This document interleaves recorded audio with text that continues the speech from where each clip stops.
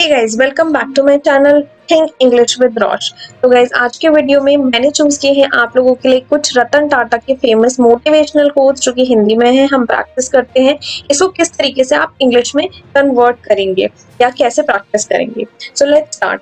जीवन में उतार चढ़ाव आगे बढ़ने के लिए बहुत जरूरी है। सिंपल सा सेंटेंस है, एक वन सेंटेंस है। जीवन में उतार चढ़ाव, तो उतार चढ़ाव के लिए जो हम यूजुअली वर्ड यूज करते हैं that is ups and downs. हम बोलते हैं ना ऐसे, या लाइफ में बहुत अप्स एंड डाउन्स आते हैं, तो वो अप्स एंड डाउन्स इज उतार चढ़ाव।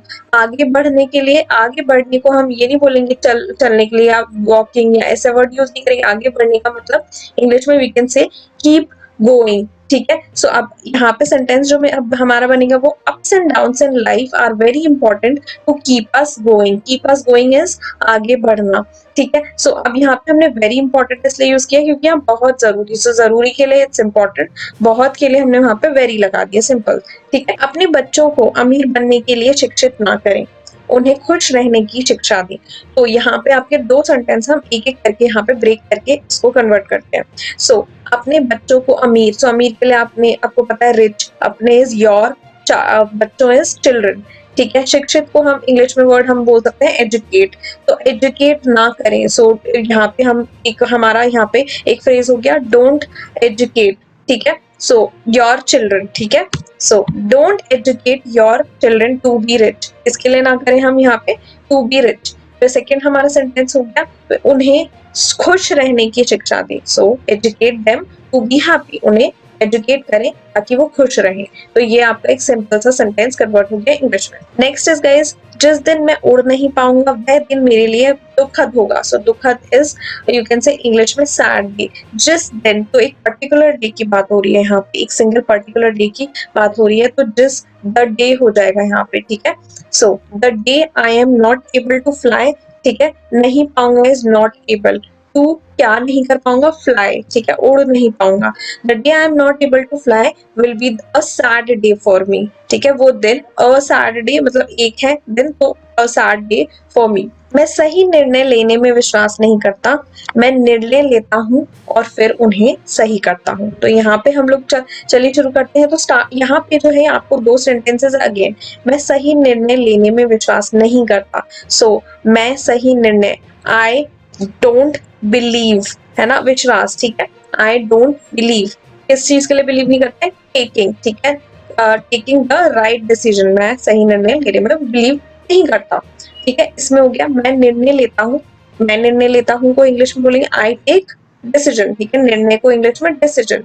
तो मैं निर्णय लेता हूँ, फिर कॉमा, सो यहाँ पे आएगा, सॉरी, मैं I take decision and then make them right. अगर यहाँ पे आ गया और, ठीक है, तो यहाँ पे हमने इसीलिए दोनों सेंटेंस को जोड़ दिया एंड से। I take decision and make then, फिर। ठीक है, यहाँ पे लिखा है ना फिर, देन मेक देम राइट। ठीक है, तो ये हो गया हमारा सिंपल सा सेंटेंस कन्वर्ट। अब ये सेंटेंस थोड़ा बड़ा मैंने जानबूझ के थोड़ा चूज किया है सो दैट आपकी डिफिकल्टी लेवल अभी इंक्रीज हो। अब इसको भी हम कॉमा हर जगह लगाए, तो आप मानिए जैसे एक सेंटेंस है, अभी हम इतना करते हैं पोर्शन। ठीक है, लोहे को कोई नष्ट नहीं कर सकता लेकिन उसका अपना जंग खा सकता है, उसी तरह किसी व्यक्ति को कोई नहीं नष्ट कर सकता लेकिन उसकी अपनी मानसिकता कर सकती है। तो चलिए, लोहे को कोई नष्ट नहीं कर सकता, ये एक सिंपल सेंटेंस है। सो नन, या तो हम बोलेंगे कोई नष्ट नहीं कर सकता, या नो वन, या none is a better word जो आप यूज कर सकते हो। नो वन कैन, नष्ट को आप डिस्ट्रॉय, इंग्लिश में क्या वर्ड अगर आपने वो किया choose, destroy. No one can destroy किस चीज को, आयरन, लोहा। ठीक है, फिर कॉमा।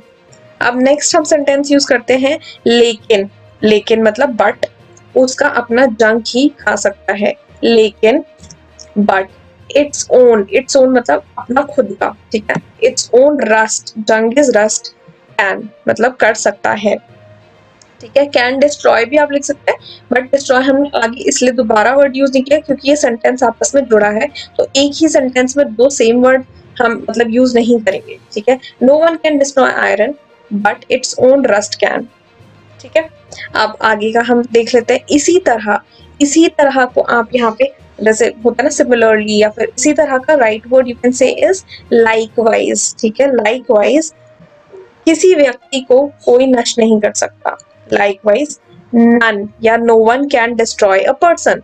ठीक है, व्यक्ति का मतलब पर्सन, ठीक है, लेकिन उसकी मानसिकता कर सकती है। फिर अगेन यहाँ पे आ जाएगा बट इट्स ओन, क्या आ जाएगा यहाँ पे मानसिकता इज मेंटालिटी बोल सकते हैं, माइंडसेट, उसकी अपनी मानसिकता, mindset is the right word you can से, यहाँ पे फिट करेगा, but its own mindset can, ठीक है। ये पूरा का पूरा हमने 3 लाइन का सेंटेंस यहाँ पे कर लिया है। No one can destroy iron but its own rust can, likewise none can destroy a person but its own mindset can.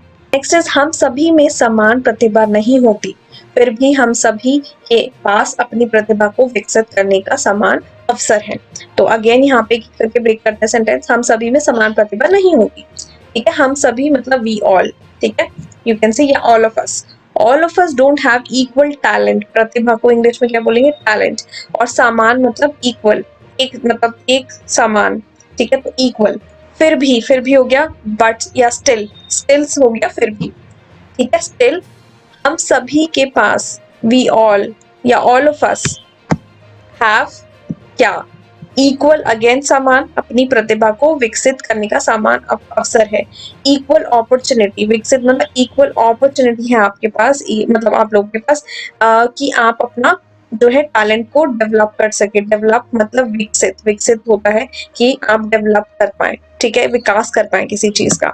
All of us do not have equal talent, still all of us have an equal opportunity to develop our talent. Next is अगर आप तेज चलना चाहते हैं तो अकेले चलें, तो अगर इस if आप मतलब if you want चलना चाहते हैं तो want हो गया, if you want to walk fast, Tej is fast, ठीक है, if you want to walk fast comma, तो अकेले चलें, ठीक है, तो अगर हम नहीं लगाएंगे then या कुछ, ठीक है, if you want to walk fast comma लगा दिया हमने इसलिए, एंड ताकि 2 सेंटेंस एक पॉज आ जाए बीच में, वॉक अलोन, ठीक है, अलोन, अलोन इज अकेले चल, अकेले।